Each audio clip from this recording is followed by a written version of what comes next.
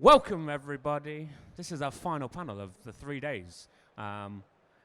He looks like it's the final panel of his 3 days. There's three on the other end, three of the smartest people you're going to meet. They're going to make him look good, which is very much what he's looking for. So we're going to talk about digital transformation, moving your hospitality business to an online business and making it a bit more inclusive in that way.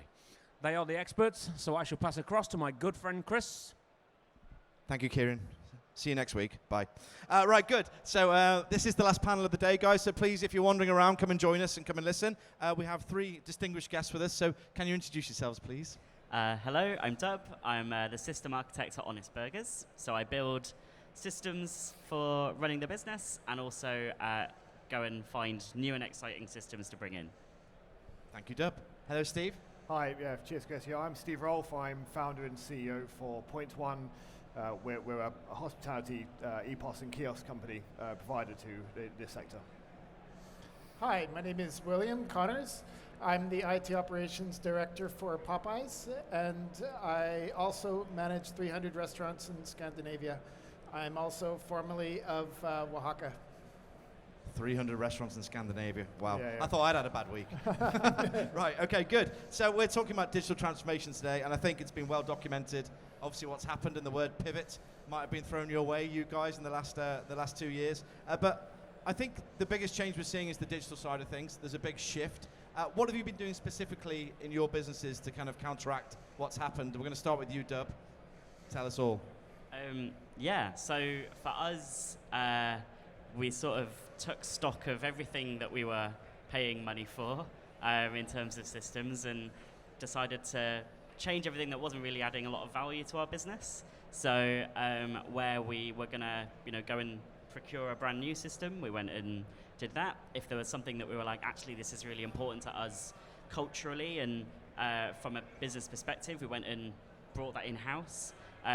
We've actually just hired a head of tech to come in who starts next week, which is really exciting. So these roles that didn't exist in Honest pre-pandemic, but also the way of thinking around actually we can go and get our own technology, build things ourselves, and that will enable us to adapt much quicker and work with partners that we want to party with. And that entire idea that you don't need to go and get one system that does everything is a massive shift, I think, for Honest and for other restaurant businesses too. And you were changed specifically, I mean, in terms of the pandemic, obviously you were closed, and you had time to think. And I know you built a lot of stuff, so for instance, Facebook was a big driver of some of the stuff you did. Yeah, so our entire workforce relies on Workplace from Facebook to do all of their work. If you need to update your address or update your bank details, hire someone, check what your sales were yesterday, you can talk to a chatbot that will go and get you that information. Also, it's how we kept our teams connected during the pandemic. We were doing, yoga classes with our ops directors' girlfriends. We had our founders doing HIT classes. I was on there doing pub quizzes. It was a huge, core bit of our business was keeping people connected to us, even though we had people fleeing the UK and going home and going to places where we didn't have restaurants, but they had their family and needed to be with them. But we also wanted them to feel part of Honest. So that was an absolute godsend, really, that we had Workplace to do that stuff. And William, you made it difficult for me because you decided to move jobs between the pandemic, so that's not helpful. So you were at Oaxaca beforehand, then you went to Popeyes. But what have you done? I know you did a bit of work in both, really, around the pandemic. Tell us more about it. Yes, well, I think Oaxaca, I think a lot of people, first of all, it's wonderful to be with people again, But when we had the pandemic, Oaxaca, the owner came and said, we've got two options. We can close, or we can make radical changes. And he looked to me and said, okay, what do we need to do? So they did a study and they said before they wanted lots of interaction with servers, and now quite the opposite. People didn't want to catch COVID from the servers. So they said, we need to have a solution where you can pay and have as little contact with the servers as possible. And then they said, we've never done delivery. We need to all of a sudden go in hard. And so all of a sudden, we went from we had a payment at table app, but it was good in its time. we went from 20% to 90% usage because everybody wanted to pay through the, we used QuickServe. And then we had no delivery, and we went up to 40% of our business with delivery using Deliveroo and DeliverAct. And we had to have buy-in from the entire business because basically we were 30 restaurants and we had to close like 12 of them just right off the bat. So it's a very tough market, but we've managed to survive through technology. Thank you very much. And interestingly, Steve, from a supplier's point of view, because you guys get forgotten in this, because the operators just say, do it, come on, fix it. You had to go through a bit of a change process, I'm sure, through the pandemic and back out of it. How have you guys been dealing with it? Yeah, I mean, for us, for us being agile, we're a software company, essentially. So for us being agile to customer needs and operator demands is pretty standard. The challenge for us actually is we have a like any good software development company, we have a roadmap of products we want to release and new features. And then when we get a curveball like COVID and operators then coming to us with other requirements, as as much as we want to stay on the roadmap, we really have to pivot then, to use that word again, but we have to pivot and make some changes. And the dev team don't really like that much, but during COVID we had to embark on track and trace functions for the tills. We had to do the help out to eat out scheme. There was loads of reporting that was needed in the pod, so that meant stopping all of your core development. And also, interestingly, just had a thought. During that process when I was trying to balance the books like everybody else was. We were furloughing all the team. We were furloughing the development team as well. So how does that work? Because all of a sudden all the operators were like, hey, we need this, this, and this, and this. And by the way, when's your latest order and pay app coming along? So unfurlough the development team, work out how we're going to pay for that. The operators can't afford to pay for that. Yeah, it's difficult, but you find your way through it, and it's. But interestingly, you've picked up a lot of work with. You've been working a lot with theatre companies, haven't you? You've been working across a lot of theatre companies. Is that part of the transformation that they were going through that led them to you? No, I mean, the theatre sector is something that we strategically. We embarked on that project to really do that, and we invested a lot of time in development in working with all the theatre and the arts venues, third-party applications we had to integrate with. A lot of theatres and arts venues had a lot of funding during COVID. They had to spend it. All of that came together with us gaining a lot of theatres. Yeah. Steve's a very happy man. Good. And all of this is a bit of a journey, Dub. And you have to go. What's the best piece of advice you can give people who are going on a digital journey? Because if you're a single site and you've maybe bought QR code, you pay at table, you maybe got QuickBooks doing your accounts, whatever it might be. What's the best advice you can give them starting on that journey, I suppose, to go into digital transformation? I think definitely a very pertinent point for us is don't try and do everything at once. So we had a hard date when we knew that our contract with our existing supplier was going to end, and they did everything for us. So we therefore had to replace everything all at once. And it was absolute hell for about 6 months, but we sort of managed to do it. Actually, if you ask some of our general managers if we successfully did it, they'd have a different opinion. But we did it without, the customer really noticing, which was the really important thing. And I think, if you start with the goal of I want to make this as good as possible for the people that work for me, for the people that operate my business, whether that's your finance team and the reporting they have to do, or your operators, or your frontline team members, it's really, really important that if you start with those folks and what's their experience, then you're probably going to get a good solution in the end. And the same for you, William, because I know you've been, as you said, you've got 300 restaurants in Scandinavia. I wouldn't know what advice you give them, but what advice would you give to people really starting that journey? Wow. Okay. First and foremost, it depends because the journey is so much different for different types of businesses. There's only a few companies that are Burger King size. But for like smaller companies like yourself, I would say first and foremost, your product, your first restaurateurs, so you've got a product and you want to look at, do you want to grow, put bums in seats, or do you want to expand into channels like delivery or contactless payment, or there's delivery that's like through Deliverect and Deliveroo, but there's also click and collect. So all these things, what I could say is you can use bolt-on products to your existing technology to kind of fast track your growth to compete with everyone else. So you don't necessarily have to wipe the slate clean and start fresh. A lot of these companies will interact with what you have.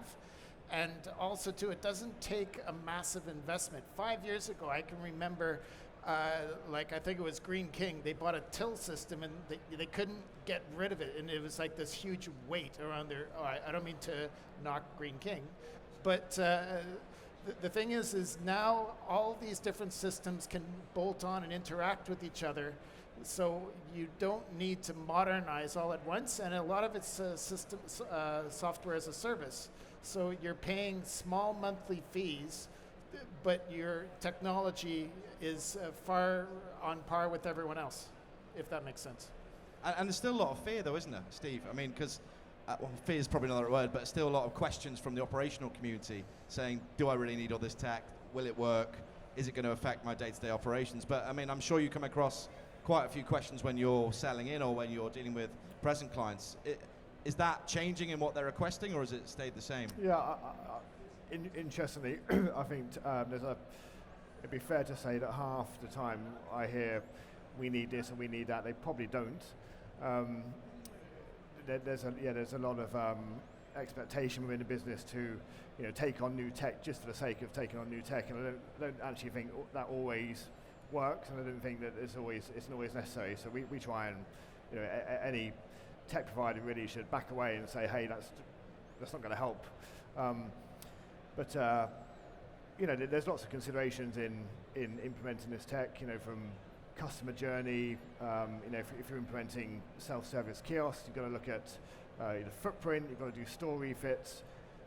Your base tech has got to stack up. You've got to be, and I know you're just saying you just bolt it on, but if your foundation tech doesn't support that growth, then you've got to make some changes, as we just said, and you've got to reevaluate it before you can grow again.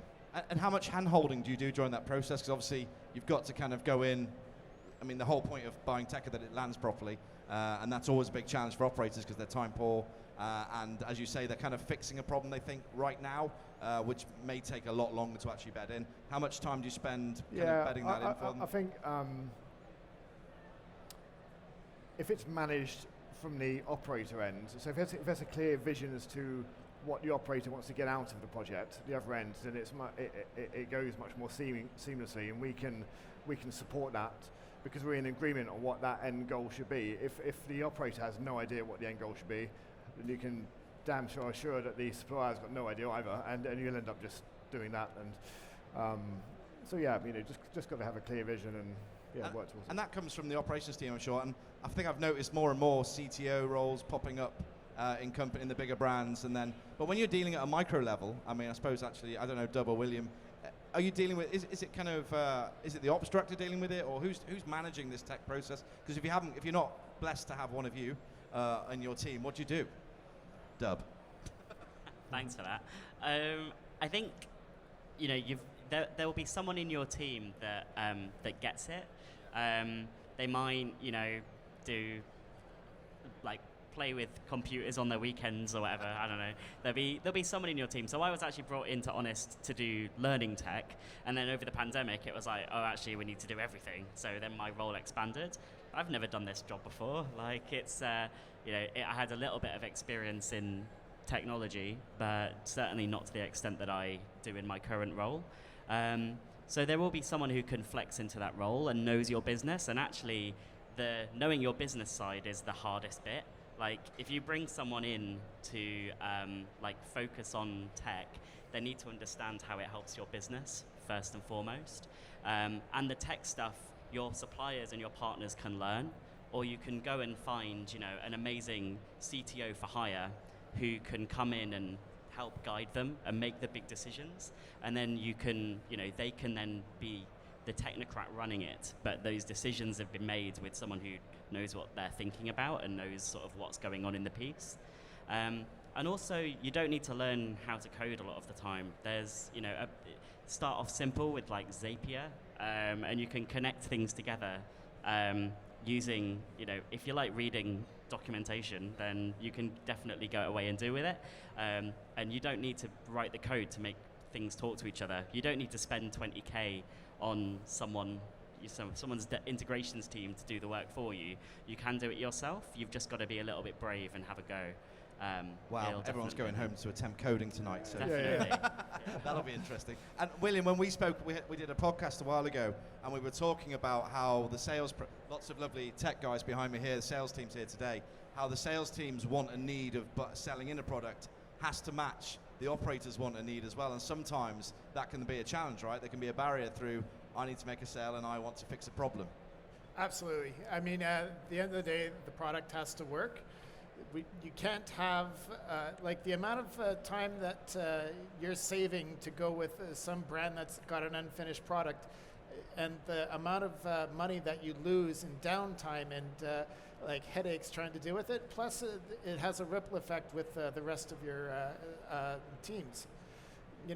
What I would say is just going back to your earlier question, like you want to have buy-in from all different departments, and sometimes it's just the one person. You've got information silos of marketing and IT and ops, and the thing is you need to have all of them buy into the same solution and actually share in what needs to be done, because what happens, and I've seen it myself, I put in a solution and all of a sudden marketing wasn't involved, and all of a sudden they're like, well, we would like to use focused marketing. It's like, oh, like that. So everyone has made mistakes, but the whole thing is if you bring in all the involved parties together and everyone has their say, then at least you're going to have a unified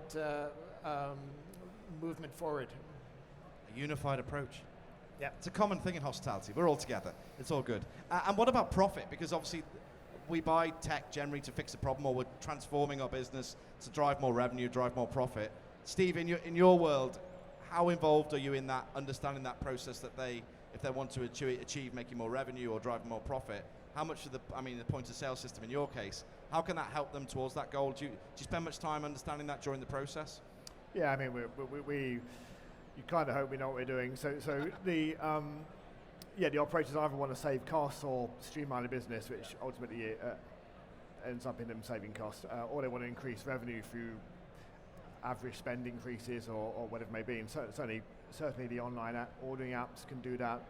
Certainly self-service kiosks can do that, but there's still loads of risk with that. If that's not done right, if the tech partner gets it wrong, if you just made a really good point, if you operate to invest in a product that's kind of half-baked, and they've been sold the dream by the salespeople, it happens a lot, I'm sure, then you're going nowhere. But there's significant benefits to all of this tech for the right reasons. We touched on it earlier, it's really important. Everyone's has to understand the end goal and the deliverables, and agree the deliverables, and we can either do it as a supplier, we can either do it or we can't do it. And I've been running Point One for 20 years, so I've kind of got to that point now where if we can't offer the value to the operator, it's just, I want an easy life. It's easy I walk away and say we can't do it, right, and let somebody else do it. Yeah. No, but I think it's the right attitude, right? It's about, because we're all meant to support in the industry at the end of the day, and it's about making the right decisions. And William, I know you've talked about engagement in terms of using tech before. Sorry, Dub, it was you. It was talking about Facebook, wasn't it? It was 90% or something you had engagement. And then William, you had 80%. What was the stats in Oaxaca on the Pay at Table app? For Pay at Table, it was 90. It still is 90% usage. And the reason for that is we tie it in with the CRM, the focused marketing. We also tie it into feedback. So the servers want the Pay at Table product to be used because they immediately get an email saying, how was our service? How was our food? And that's what they value, and that's actually what pushed the growth. And same with you, Dub, because moved that engagement right up, didn't you? And that was purely through, obviously, including everybody, making sure what was going on. Yeah, so I try and explain this to Facebook the other day. Our monthly active users for Workplace is 107%. And they were like, wait, what?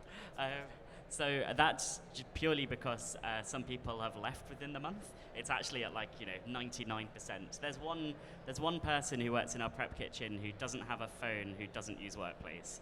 But we bought him a phone. He just doesn't want to use it. And we're like, okay, fair enough. But everyone else has uses Workplace pretty much every day.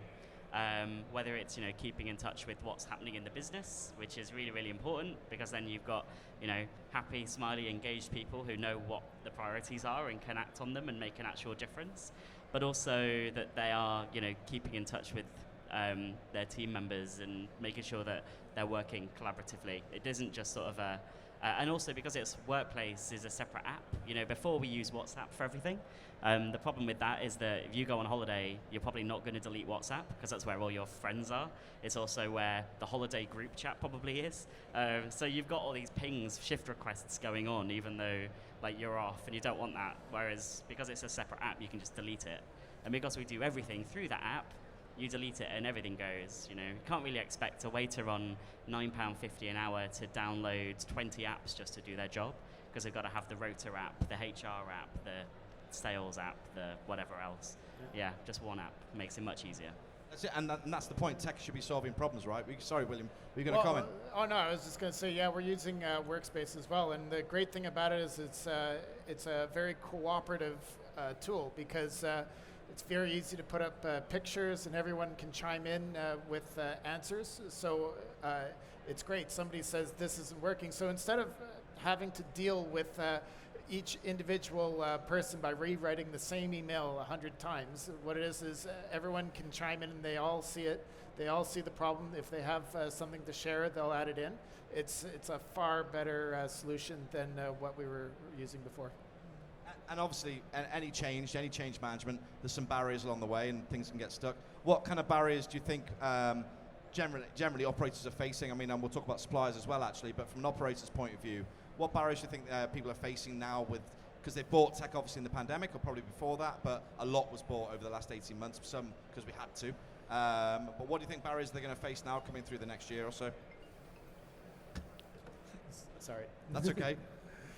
Well, I mean, there's a lot of people out there that are expecting life to go back to normal, and you actually have to kind of realize the first barrier is getting to grips with the fact that this is the new now, and it's not going back to the way it was. So you may as well not wait for delivery to stop happening. Like now we're heavily invested into dark kitchens and stuff. You have to move with the business, and everyone's business is actually going to end up being better at the end of it, but it's going to be a very tough road. What about you, Steve? From a supplier perspective, how do you see them? I mean, are there more barriers to entry for you guys getting into the market now because it's so swamped, or is it? How does it look? Tech's saturated heavily, and there's every month there's a new POS startup of some description based on some new tablet. Yeah, I mean, there's all the tech suppliers tend to have a niche of some description within the space, and it's quite a wide market, right? So nobody's panicking on the tech supplier space about not being able to sustain their business. But yeah, I mean, there's certainly barriers for the operators still. We also get a lot of, I was chatting about this earlier with somebody, we get a lot of inquiries, and I think it's a challenge for the existing operators in the sector, that there's lots of dark kitchen operators coming in, new ones, new concepts coming in, and also traditional bricks and mortar concepts coming in, and they're able to adopt quickly and probably cheaper newer tech that's available within the space, which then puts the pressure on all the other operators. And I think that's going to get worse. I think that will become harder for these guys as they try and grow and compete with all the upcoming ones that are raising money left, right, and centre at the minute. So, yeah, Yeah, it's like everyone, the newer guys are like pandemic proof, aren't they? They're Yep. kind of growing up in a time where they've learned from everything that happened, and obviously the legacy brands are carrying that weight. I think you talked about the weight before of a big brand like Green King, who've got an EPOS system from however long ago, and it's getting through that. And Dub, we spoke about efficiencies, remember, on our podcast, and we discussed almost like manufacturing type efficiencies in hospitality and whether we could achieve that. Do you think tech can do that? I definitely do. I think some of the tech around forecasting will be absolutely game changing. To not think about your business from a like a day-to-day sort of business and actually make use of shelf life to maintain quality. If we fuck up on forecasting, it hits us twice. We're our own supplier. We have our own prep kitchen. 96% of the stuff that's on the Honest Burgers menu is made by Honest Burgers. So if we order way too much, our prep kitchen has to spend labor and ingredient cost on making that stuff, and then we have to spend money in the restaurants throwing it away. So it hits us twice. It's not like we're just buying it, from someone to do it. So for us, efficiency is absolutely key. We're working on automatic ordering. So what we'll be able to do is our prep kitchen can make all of the red onion relish that our restaurants need for a whole week on one day, instead of having to make, small batches throughout the week, because you'd think, it takes 2 hours to make some red onion relish, sure, but it's not. It's the fact that it takes an hour to clean everything, close down in that entire section, move on to something else. It really, really impacts. But also around, the stuff that you're doing in your kitchens as well. How do you, make the most of how to minimize that time when your restaurant isn't open? So automatic, it was great when we weren't accepting cash. Our close was like 15 minutes. It was so easy. And now, we have to start counting stuff again. But we've still reduced all of that admin down to an incredible amount by doing a little bit at the end of each day. We don't have an admin day for our managers at all. We used to have cycle couriers going all around London dropping stuff off at our head office. So it was mental. Like packets of paper and like all the card receipts and all that junk, like all gone completely. And that saves hours every single week. Not just in the finance team having to go and reconcile it all, but the managers having to do it in the first place. It's absolutely a key efficiency for any business to make. Have you started taking cash again? Yes. Yeah. Okay. That's interesting, isn't it? Because a lot of business probably won't go there. Is there why? We have a lot of tourists. Like a lot of our restaurants, Brewer Street, Soho, Marketplace, Bond Street, they're heavy tourist areas. And a lot of tourists, they want to carry cash because they don't want to be hit by the exchange fees. So, cash is a really important thing for us. And it's also, it's much more inclusive to folks who, there's your bank can close your bank account for any reason at all. They just have to give you a few months' notice. And there's a lot of people who don't have a bank account who we think should be able to go out and eat. Like my father-in-law, Wales. All his money's under the bed. And we spoke actually on the podcast about. Remember, I think you were talking about the same thing with Dub. You used to send, I think it was marketing cards, welcome cards, back to an office somewhere. Oh, and it was all bags of stuff, and you were spending. But the efficiencies they've all come back, right? And all that's gone out the window. Wow, that's it. I mean, 20 years ago, it would take the time between somebody giving feedback and the time that it actually hitting my desk would be about 3 months. So now it's down to about 30 minutes. There's people that are giving feedback from their table after they've eaten, and it basically flags up. With all these products, you can actually have like kind of like a little headquarters where you see Twitter and Facebook and all this, and if you get a bad review, you can actually catch the person when they're still in the restaurant. And I mean, that's fantastic. And also too, you can actually see what the problem is.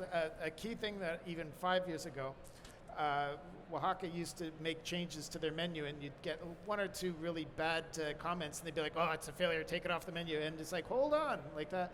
So now it's also the breadth of the feedback as well. So like we said, yes, we have 3 negative comments, but we have 1,500 positive comments. And so that information is very rich and makes a huge difference, not only in old Oaxaca, but also we use it for Popeyes. It's great. And I'm cautious of time and questions, so I'm going to crack on to my last question.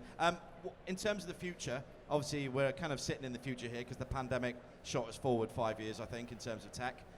Where do you think we're going? What do you think is going to happen? Is there anything that we're not solving in hospitality that we could? Is there anything coming up these lovely people need to know about that you think? What do you think, Dub? I think that the massive thing that someone will solve, and I don't know how you do it, is yet. I haven't thought about it enough. But is how do you bridge the gap between what happens in the restaurant and the marketing that you're doing online? I think that's a massive, it's really easy for a supermarket, right? Because everyone has a club card or a Nectar card. So you know that you did this spend and they came in and did this thing in your restaurant, in your supermarket. How do we do a similar thing and get, proof that our marketing is working and what they bought, and how do you get them to do more of that stuff and get to understand your customer even better? I think that's going to be amazing once we crack it. I don't know how to do it yet. Yeah, so personalization, basically. How do we 100%. really connect the guests that love us Yeah. back to their product? What do you think, Steve, in terms of, tech or whatever you would think? Yeah, I don't think there's anything groundbreaking on the horizon. I had an interesting experience up at the NEC this week, which prompted a very similar conversation about what's next for tech. I won't name the brand, but we rocked up for a walk-in dinner reservation, not a reservation, just a walk-in, and 7 o'clock, and we waited 10, 12 minutes before somebody finally arrived at the front and politely advised that they were short-staffed. They actually didn't have any tables available. In fact, they did have tables available, and she told us she had tables available, but they didn't have anybody to service the tables or clean the tables or deliver the food. So we walked away and went somewhere else, went to an independent, had a pretty miserable experience there as well, quite frankly, and it led to then a conversation as we were attending a tech conference, and it led to a conversation around, what is next? How could that have been different? And we've got a couple of customers who are doing things around that type of those problem solving for those type of scenarios, and maybe I don't know, and it'd be interesting to see what these guys think. But maybe there's a future around me walking up to that restaurant, that brand in question, and being able to see a digital board about what tables are available. There was no host available for 12 minutes. I could have easily walked away, but if there was a table available, I could have made my way to the table. I could then order my food from a table-mounted kiosk, and we have clients doing that and doing it successfully as well. The food, we're just on this stand over here, and there's about 3 robots circling our stand delivering food. So could then a robot deliver our food? I really would be interested in your guys' opinion on robot delivery for food. So I think there's lots of opportunity there. It's bloody miles away, right? We're probably 10 years away from that really making sense. But yeah, maybe that stuff does work. Yeah, the robot brought Kieran a coffee before. He was very excited. Yeah. What do you think about the robot? Well, no. Well, the future of like ordering and everything is in your hand right now. Right now with Oaxaca, with Popeyes, you make an order through your phone, you pay through your phone, so you all of a sudden are able to track where you've been, how much you've spent, what you've purchased, what you're browsing. All of that is the rich data that you can apply to further your business. So everyone has moved more and more to your phones, and it's going to stay that way. And the thing is if you find a solution that I would say there's a couple of great products out there. There's QuickServe, there's Vitamojo. Vitamojo is great. If you're working through your phones, it's less hardware for yourself, and you get all the CRM benefits tied into it. So that is where we're going. What happens when the phones disappear? What happens when the phones disappear? Yeah. I can't go anywhere without my phone for 5 minutes. I even take it to the bathroom. What's it? Your phones aren't going to disappear. What do you think, Dub? A, about the robot, and B, about phones disappearing. Yeah. Well, phones are they're a step. I think they're a step on the way of the technology just becoming part of you in a something you can't put down because it's just part of you. But I do think there's something about going to a restaurant and being served by a person that is really valuable, and I don't think we should want to get rid of that. we never, during the pandemic, we never did order, like tablet ordering and everything. We still had people going up. And that was a conscious decision of like, if you were gonna, you know, you could go anywhere else and order on a tablet, and we wanted to, you know, our people are our best asset. Why not let them shine? We saw how it impacted our teams when we went delivery only. You know, they hated it. Like, if you've got all you're doing is talking to people in crash helmets all day, you don't get to read people's facial expressions and have a good conversation and get to, you know, make people's days a little bit better, then it really, really impacts you.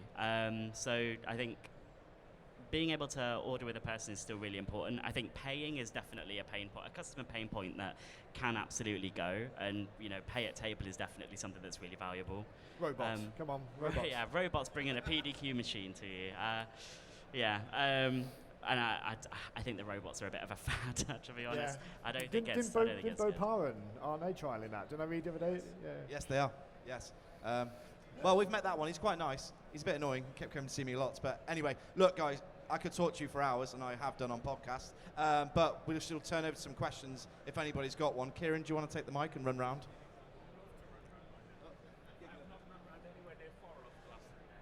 Did we have a question? Oh, you were right there. You were there. You were behind me. Hi guys, it's Holly from Giggle. I just wanted to, first of all, massive thanks, great panel, learnt lots of notes made on the phone. My question, William, you made records with your first opening of Popeyes in the UK. Obviously, yeah, very aware of your success in Scandinavia and elsewhere, obviously, in the world. You broke records with 2 to 3 hours queues outside your first opening Popeyes. Looking back, what digital transformation would you implemented for Popeyes opening your first location in the UK? Because I understand you've got about 15 opening this year, which is exciting. But what would you have done? What would you have had in place? It's a very good question. And at the time, we were just trying to survive because we did not expect that type of excitement for our product. So the first thing as well is we had a huge staffing issue because we hired all like kind of teenagers, and they were kind of thinking it was going to be kind of cool, and then all of a sudden 10,000 people are lined up to order food, and like that, so they just said, we're out of here, like that. So all of a sudden the board of directors were all manning the fries and flipping it. I was at the till, I loved it, like that. But the thing is in hindsight, like had we been able to put everything, so now we can use the queue busting, like scan the QR code and make your order through your phone and then pick it up. That could be done. We have the luxury of having a problem of not being able to cook food fast enough.